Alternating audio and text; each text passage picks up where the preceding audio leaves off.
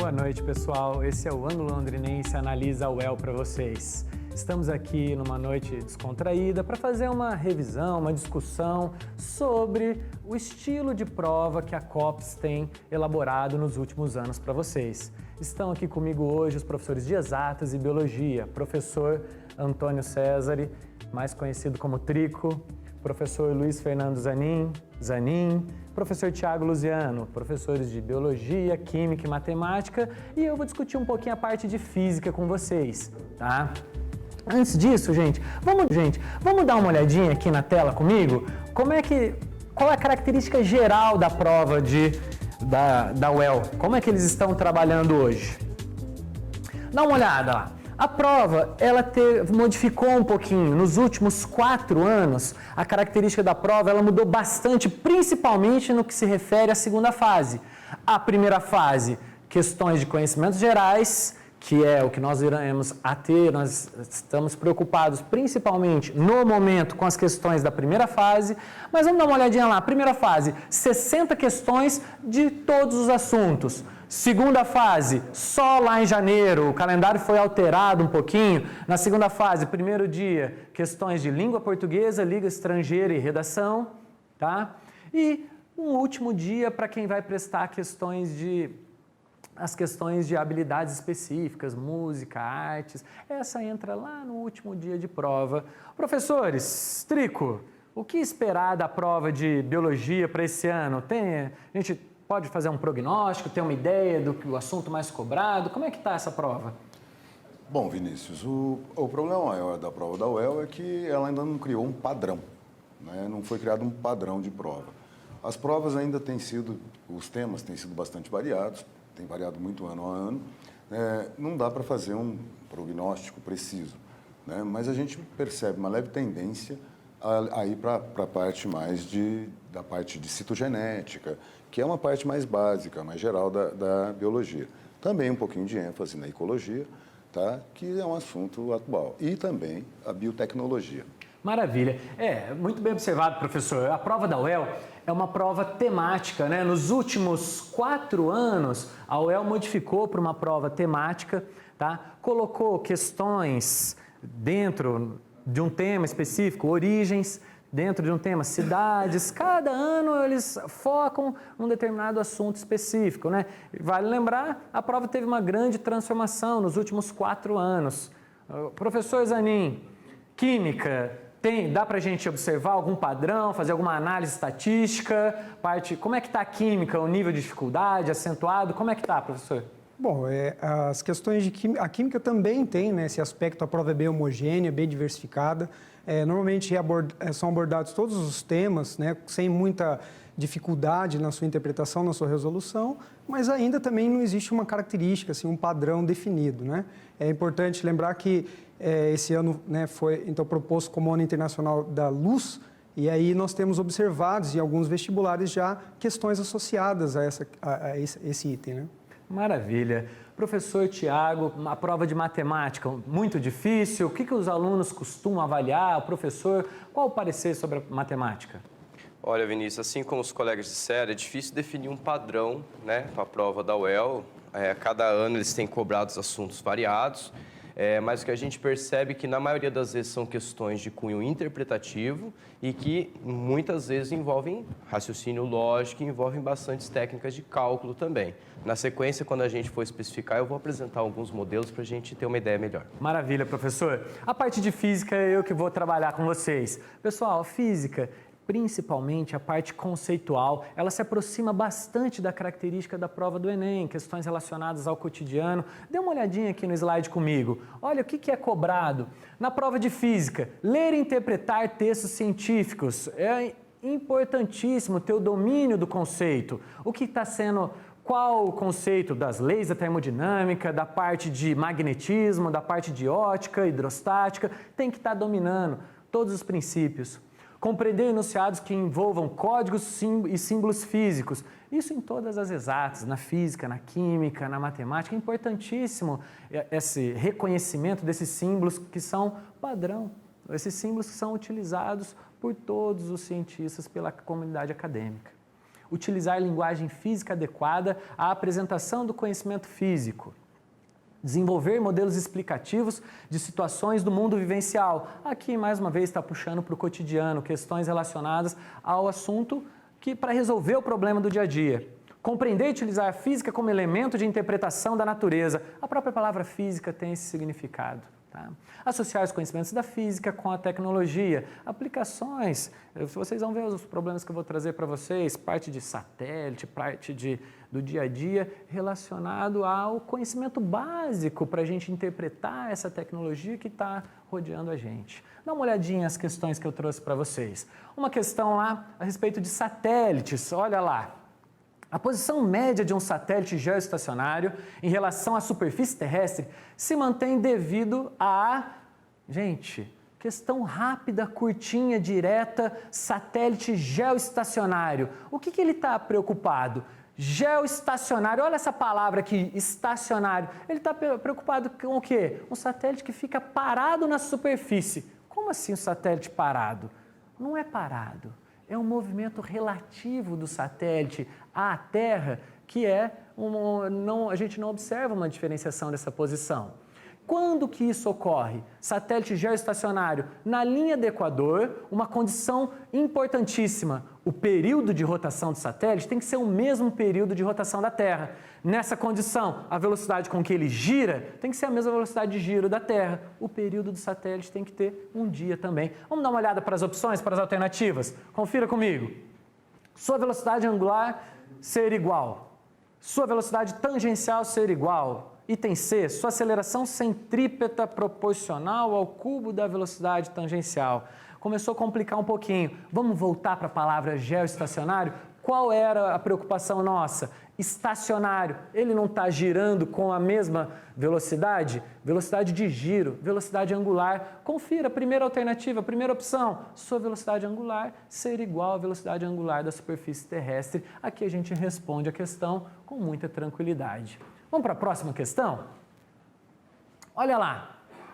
Um cooler, a parte que tem lá no computador, quem acompanha o conserto dos computadores, é bastante importante. Essa palavrinha aqui aparece para a gente. O cooler é aquela pecinha que tem lá no computador, utilizada para resfriamento do computador. Não sabia disso, fiquei um tanto quanto em dúvida. Vamos fazer a leitura do enunciado, ver se tem alguma dica para a gente. O cooler, encontrado em computadores e em aparelhos eletrônicos, é responsável pelo resfriamento do microprocessador e de outros componentes. Ele contém um ventilador que faz circular ar entre as placas difusoras de calor. No caso de computadores, as placas difusoras ficam em contato direto com o processador, conforme mostra a figura. Aqui tem uma palavra extremamente importante. Contato com... Olha lá, fica em contato direto com o processador. Vamos lembrar os tipos de troca de calor? Contato, condução, convecção e radiação. Condução, tem que estar em contato. Convecção, movimento de matéria. Irradiação, transporte de energia por onda eletromagnética. Aqui a gente já matava, simplificava a questão. Condução. Vamos olhar as opções? Alternativa A, o calor é transmitido das placas difusoras para o processador e para o ar através do fenômeno de radiação. Contato, sempre que tem contato é condução, elimina A. Vamos para B. O calor é transmitido do ar para as placas difusoras e das placas para o processador através do fenômeno de convecção. Convecção, movimento de matéria, não tem nada a ver. Vamos para a próxima. O calor é transmitido do processador para as placas difusoras através do fenômeno de condução. Opa, condução, está parecendo que é essa. Calor transmitido do processador para as placas difusoras. Eu ficaria com essa. Vamos ler as próximas para a gente confirmar. Alternativa D. O frio é transmitido do processador. Aqui já começou a complicar. Transmissão de frio não tem sentido nenhum. É transmissão de energia. Calor não é uma forma de energia que está sendo transmitida. Esquece a D. O frio é transmitido, também anula. Resposta correta, alternativa C, como a gente já tinha observado anteriormente. Tá certo? Vamos para uma próxima questão? Vamos aproveitar lá. Questão de 2015. Física moderna, física do século XX, de 1900 para frente, Planck, Einstein, os modelos atômicos mais recentes, o modelo padrão, são situações recorrentes na prova da UEL. Acompanha lá. Desde a elaboração dos modelos atômicos por Dalton, Thomson, Rutherford e Bohr, cientistas como Murray Gell-Mann e George Zweig têm desvendado os segredos subatômicos da matéria. Assinale a alternativa que apresenta corretamente as subpartículas que constituem as partículas atômicas conforme os modelos de Gell-Mann e George Zweig. Senhores, ele está fazendo referência ao modelo padrão. Regularmente, a gente estuda os modelinhos de Thomson, Bohr, Rutherford, Bohr, na ordem cronológica. O modelo mais recente é o modelo padrão. O modelo proposto por Gell-Mann e George Zweig é esse que está aqui, ó. Quarks, leptons e bósons são as subpartículas que compõem o núcleo atômico, nêutron, próton. Os leptons são as partículas que estão envolvidas no decaimento radioativo. E os bósons também, essas partículas que estão mediando essa interação. Resposta aqui para nós, alternativa A. Tranquilo, gente? Vamos para a próxima. Questão de 2014. Uma das contribuições da física para o bem-estar e a segurança nas cidades é o constante avanço tecnológico aplicado à iluminação pública. Pessoal, lembra que eu falei para vocês, aplicação da física no cotidiano, é a preocupação da UEL. Aqui, ó, iluminação pública, problema para resolver iluminação pública. Parte das luminárias do século XIX era acesa manualmente por várias pessoas ao entardecer. Imagina isso no dia de hoje, olha o tamanho da cidade. O rapaz sobe lá, acende poste por poste. Um tanto quanto complicado isso, né? Esse acendimento, ele é manual, ele é automático hoje, não deixou de ser manual. Olha lá, hoje, o acendimento das lâmpadas tornou-se automático, devido à aplicação dos conhecimentos sobre o efeito fotoelétrico, descrito por Einstein em 1905. Ao desenvolvimento das células fotoelétricas instaladas nos postes de iluminação pública, capazes de detectar a presença de luz natural. Sobre esse efeito, considere a afirmativa a seguir. Pessoal, tinha uns meninos meio malandro que brincavam na rua, que eles ficavam apontando laser para o poste. O que acontecia quando ele apontava o laser para o sensor que tinha lá no poste? O poste estava aceso. Quando ele apontava o laser lá, apagava a lâmpada. O que acontecia? É justamente o que está sendo descrito aqui na questão. Lembra o acendimento automático? Na ausência de iluminação, o poste acende. Você coloca o laser lá no sensor, apaga o poste vai entender que está recebendo radiação natural. Olha lá. O que estava acontecendo nesse fenômeno para iluminar, para o poste acender sozinho? Vamos ver as opções? O que é o efeito fotoelétrico que estava cobrando ali? Consiste na emissão de elétrons de uma superfície metálica quando está iluminada com luz de determinada frequência. Exatamente isso, gente. O efeito fotoelétrico, descrito muito bem por Einstein em 1905, foi por causa do efeito fotoelétrico que o Einstein ganhou o prêmio Nobel. Muitos pensam que ele ganhou o prêmio Nobel por causa dos trabalhos com a relatividade. Não foi por causa do efeito fotoelétrico. O que diz o efeito fotoelétrico? Justamente o que está descrito no item 1. Se você iluminar uma plaquinha metálica com radiação, essa plaquinha pode emitir elétrons. Olha a afirmação 1. Emissão de elétrons quando iluminada com luz de determinada frequência. Corretíssimo, não tem que discutir. Vamos para a segunda opção. Ocorre independentemente da frequência da luz incidente na superfície do metal. Aqui a gente tem que parar. O efeito fotoelétrico não ocorre com qualquer frequência. Eu preciso jogar luz de alta frequência, preciso jogar radiação violeta, ultravioleta, raio-x, aí eu consigo observar a emissão de elétrons. Terceiro item, a segunda está errado. A gente até pode fazer uma análise, a UEL tem bastante desse tipo de questão. Confere as opções aqui, ó. Eu já sabia que a primeira opção estava correta. Das opções, eu já elimino C e E. Então, eu fico com A, B e D. A segunda eu sei que está errada. Eu já vou restringindo mais as minhas opções. A A não pode ser, a D não pode ser. Já está ficando muito fácil, não preciso nem analisar os próximos itens. Mas vamos confirmar, vamos ler os próximos itens. Importante. 3. Os elétrons ejetados de uma superfície metálica, devido ao efeito fotoelétrico, possuem energia cinética igual à energia do fóton incidente. Aqui está errado, colegas. O que acontece? Uma parte da energia foi utilizada para ele chegar à superfície do átomo. A outra parte da energia é suficiente para arrancar o elétron com energia cinética, mas não é igual à energia incidente, é só uma parte. Está errada essa terceira opção. Olha a opção 4. Por mais intensa que seja a luz incidente, não haverá ejeção de elétrons enquanto a frequência for menor que a frequência limite. Lembra que a gente conversou lá no começo? Depende da frequência para a emissão de elétrons? Baixa frequência não vai adiantar aumentar a intensidade, que a gente não consegue arrancar elétrons, tá? Corretíssimo, 1 e 4 corretos, item B é a resposta correta. Dá tempo para uma última questão? Vamos lá, ó, uma última opção. Essa opção aqui eu já acompanhei os trabalhos do professor de matemática, eu sei que essa questão vai aparecer um assunto relacionado lá, o UEL faz bastante disso, traz uma questão, um único assunto, questões de física, química, matemática, várias questões que sucedem daquele tema. A questão da fossa, vocês vão observar no slide do professor Tiago daqui a pouco. Essa questão também aparece lá, uma interpretação um pouquinho diferente dessa que foi feita. Na física, como é que foi cobrado? Quando as dimensões de uma fossa são alteradas, o aumento de pressão em qualquer ponto de sua base, quando cheia, deve-se exclusivamente à mudança de, senhores, pressão no líquido, princípio de Pascal, só depende da altura da coluna líquida. Qual é a resposta? Só depende da profundidade, não depende da largura, diâmetro, formato, não depende de nada. A única relevância aqui é profundidade. Perceba, gente, a UEL faz bastante disso, de assuntos conceituais.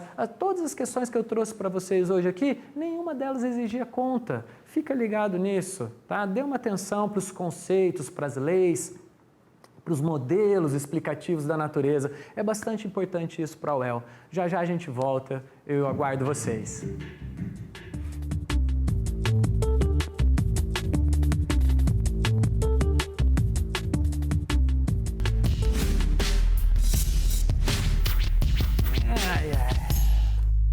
Todo pai quer a melhor educação para o seu filho, certo? O Colégio Londrinense sabe disso e oferece soluções de qualidade para cada fase da vida do aluno. Na educação infantil, experiência e acolhimento. No fundamental, estímulo e organização para os estudos. No ensino médio, autonomia intelectual para fazer escolhas. E no pré-vestibular, preparação e resultados. Conheça as soluções do Colégio Londrinense que levam a uma educação de excelência. Venha nos visitar. Matrículas abertas. Informações qualidadelondrinense.com.br. Seja bem-vindo ao futuro da educação.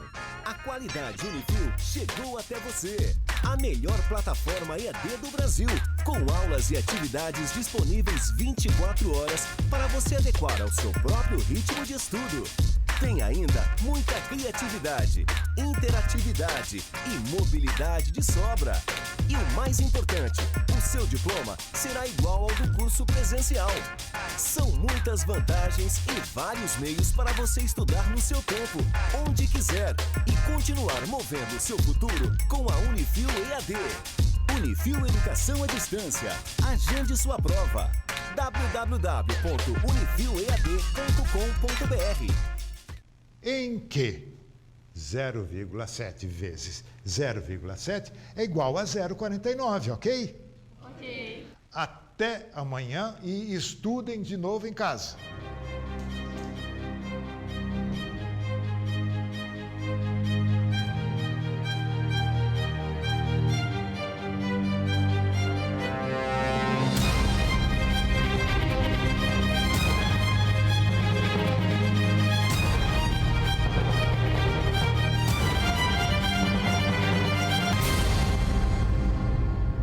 Smart Anglo, curso preparatório pré-vestibular. Mentes brilhantes, na velocidade do conhecimento. Matrículas abertas, vagas limitadas. Acesse medsmartanglo.com.br. Unifil EAD, o mais novo show de conhecimento e tecnologia. Ensino à distância com a mesma qualidade de uma das melhores universidades do Brasil na avaliação do MEC. Você tem 24 horas de conhecimento na melhor plataforma do Brasil. Cursos superiores de graduação, pós-graduação e MBA. Cursos técnicos de capacitação e também temas livres. Unifil EAD. Você pode mover seu futuro. Quer fazer um ensino médio forte para depois se dar bem no Enem e entrar nas melhores universidades do Brasil? Conheça Ensino Médio Fortíssimo Anglo-Londrinense. Uma escola com a força do leão. Acesse anglolondrinense.com.br. Para mais informações, 3375-7555.